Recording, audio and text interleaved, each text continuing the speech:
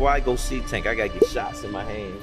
And I gotta make sure my hands is right, because I don't dumb him down with his punches. I let him do it. You know what I'm saying? And he get to a point, you all right? You all right? Yeah. It'll work. I just feel sorry for them guys that really pushed the button. Martin pushed the button. Y'all see how it went out.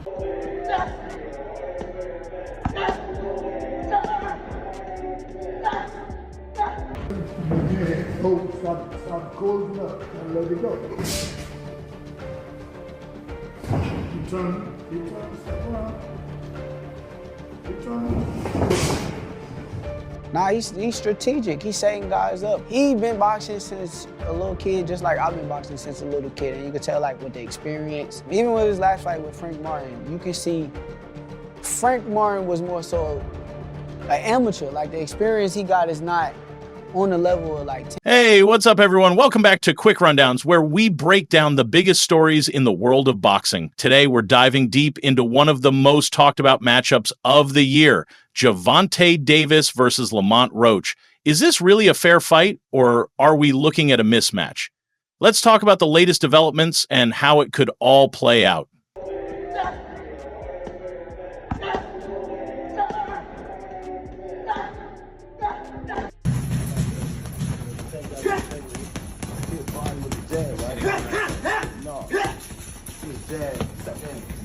Yeah, you don't even see it because you moved in off the line.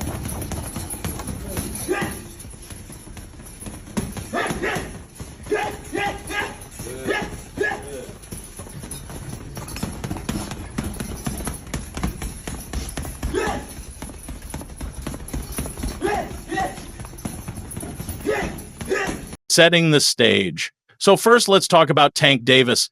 Arguably one of the most explosive fighters in the lightweight division. He's known for his speed, power, and tactical approach in the ring. But when you look at the upcoming fight against Lamont Roach, scheduled for March 1st, 2025, some people are raising eyebrows. So, on one hand, Tank is on another level when it comes to experience and skill, and you can tell by his training regimen.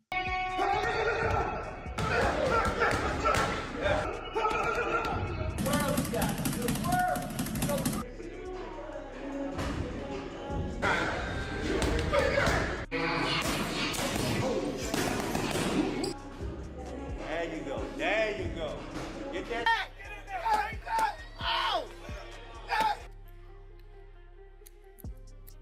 Good.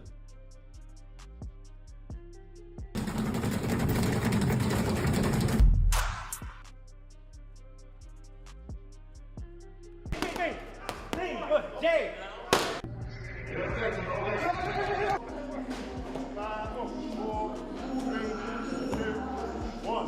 We've all seen the behind-the-scenes footage of his grueling training camps where he's working harder than ever to sharpen every part of his game. He's been boxing since he was a kid, and his work ethic is unmatched. But when you look at Roach, it feels like he's not on the same playing field, right? Despite being a champion in the 130-pound division, people are questioning whether he's truly ready for the 135-pound king in Tank Davis. Like day one in the camp, I start running probably like, it's different times. I might don't feel like running in the morning. I might run at night. It all depends what fit you. Like, I run in the morning. If I don't, I run at night. Train probably like 2 or 3. If I want to do something again, I train at night. Or I run, and that'll be it. But when I'm in camp, I really don't go outside. Like, it's hard for me to go outside, so I just be in the gym and home. That's it. Like, I don't go nowhere. For real. Okay. So I do it for myself, but I do it for the people with me. My whole family is from DC. My whole family, like my entire family. Don't bring them. Don't bring them. For what? Don't bring them. I'm telling you, they gonna celebrate with me. Don't bring them. It's gonna be a party on your floor. I'm gonna let y'all know something. His father was up here shaking on the what's the name? He was shaking on the Pops. On my kids, he was shaking on this thing. On my kids, he was shaking. Don't Never. say, bro. That's cap. Mismatch or money grab. Now, here's the thing. A lot of fans and boxing experts think Tank Davis might be choosing an easy fight with Roach. Some people just go away and be... But you specifically? Me? First of all, I get a camp house, out here.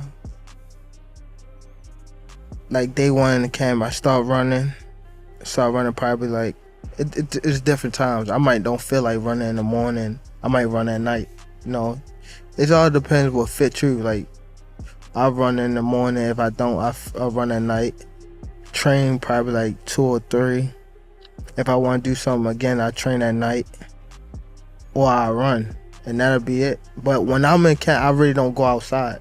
Like, it's hard for me to go outside. So I just be in the gym and home. For a very, very big moment, what is your normal day-to-day like at this time of a camp? I'm also a night person, but I might go to sleep probably around like 3 to 4. Probably wake up probably like 11, get my run in, and then eat, probably lay back down, and then wake up probably like 6 or 7, get my night workout in. Damn, so you're doing 2 a days. Some believe it's a financial move, picking a fighter he can easily defeat and make some money while doing it. No one's been able to solve Tank Davis. What do you need to do together with you and your team and obviously your son to score that victory? We got a game plan. We're going to execute it, and we're going to get the results. Move that head, bob and weave, bob and weave. Hey, that go both ways. That go both ways. Bob and weave. Tank, what is Lamont going to learn March 1st inside that ring here at Barclays Center? Bob and weave, bob and weave. You got bob and weave. He's in what? You got bob and weave, job, bob and weave. You see, Roach himself has said he doesn't view Tank as a challenge, calling the fight an easy cakewalk. But is that really the case? I hear a lot of boxers do weird things during camp. What? I've heard like Tyson Fury said he beats off 7 times a day. What? Because he wants to keep his like testosterone going. And then Marquez, when he was training to fight Floyd, he would drink his own pee. Do you have anything that you like to do during camp, like to help you get into that mode? Nah. Not like that. Nah, I think he probably be bull crapping. Like, You think so? yeah. He said it's like a scientific thing because like he feels like it gets his testosterone level and he can then carry that into the ring and like be the toughest version of himself. Man. Sex make you weak. No legs. Yeah, it make you That's weak. what I thought. Yeah. You have no legs after that. I don't He's know, crazy, bro. It makes it impressive. If he does actually do that and then Yeah. is the fighter that he is, that's impressive. He's freak nasty. That's some real freak. Even though Roach says he's confident, many people are questioning whether he has the skills to match Tank's power and speed. And let's be honest, if Tank Davis wanted a more competitive fight, he could have easily gone after higher caliber opponents in a bigger weight class, maybe even Canelo Alvarez. But we all know that's a bit far-fetched, right? Davis's relentless training and mentality. You see, Tank Davis is a guy who trains like a machine. Lastly, Stephen A., last name I, of course, want to throw your way is Gervonta Davis. I know you believe in his skills. Yes, I do. Yes, I do. What do you think of his fight with Roach? Oh, sorry, go ahead. I think Roach is too small. Uh-huh. I think Roach is too small. And that's my issue. I'm not questioning the skill set or anything like that. But it was similar to Frank Martin. You know what I mean? This guy comes in there and you got 18 fights. And I remember watching that pre-fight press conference when he was annoying Gervonta Davis so much and he cussed by accident. I mean, you're in the wrong game if you don't think you're going to beat everybody. Like, anyway, but if you're saying specifically pick me because I'm going to be an easy cakewalk, Yeah. everybody in the world knows that's not going to happen. I mean, like, that's not gonna happen. Him personally, he know that. I think he chose me because I am gonna be one of the better opponents that he's faced in his entire career, honestly. Really? He doesn't take shortcuts. From his hydration routine, shadow boxing, footwork drills, to speed bag work, everything is fine-tuned for precision and explosiveness. He's training to not only win, but to dominate every time he steps into the ring. Was it so easy when he fought Frank Martin? Frank Martin was inexperienced and nervous. You know, it is what it is. It's going to be a different fight when I'm in there. He's going to be a different fighter when he's fighting me. What's your game plan? What was that? I'm always looking for a knockout. No matter what, I'm always prepared for 12 rounds. But I'm always looking for a knockout, and if I get the chance, I'm going to try to knock his head off. But what about Roach? He's not exactly an underdog, but he's definitely facing an uphill battle. Roach has admitted that this fight is all about the payday. He's comfortable at 130 pounds and sees Tank as just another opportunity to make some cash. But what if he's underestimating the depth of Davis's skill and discipline? You mentioned, obviously, the Lamont Roach fight with Gervonta. We don't know if that's happening 100% December or January, but how do you see that fight going? Do you feel confident giving a prediction on someone else's fight as opposed to your own? Me personally, no, because I don't know what Lamont Roach and his team are working on.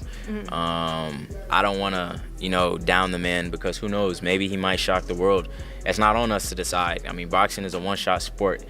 Anything can happen. Nobody's invincible from getting knocked out. So, I mean, Tank better stay off Twitter. He better worry about his opponent. So, that's all I got to say.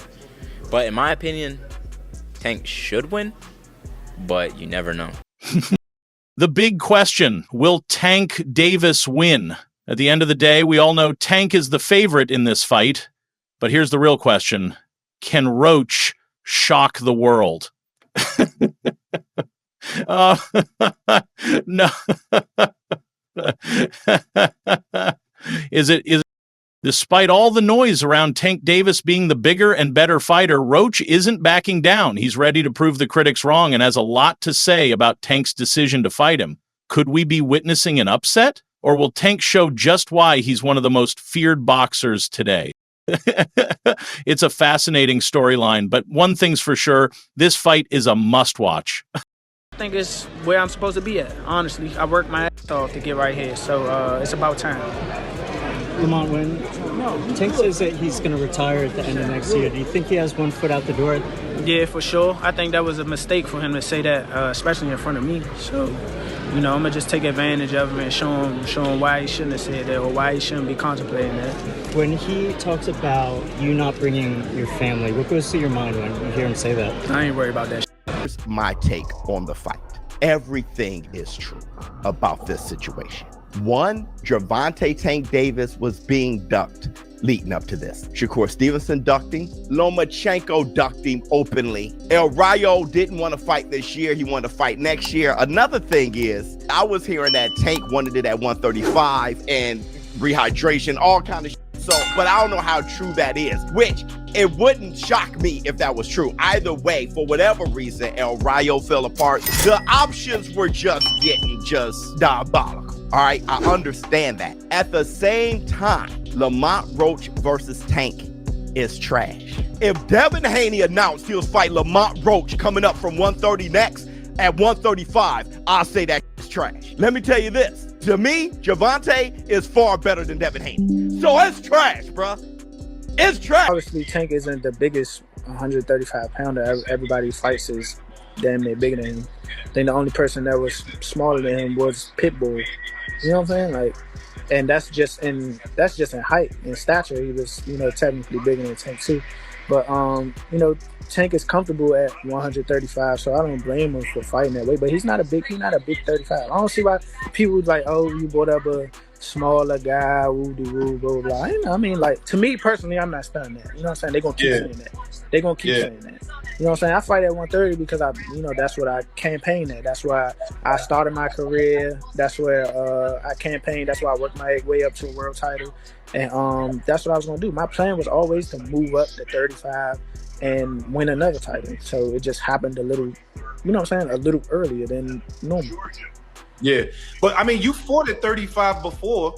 Them was just, so technically, them wasn't just 35 fights. Like, when a boxer starting their career, they don't necessarily have to make 130 pounds because we're not in title contention or none of that. So the opponents that I was getting, the opponents that were there or were available, the opponents that were selected for me were probably bigger or they just couldn't make.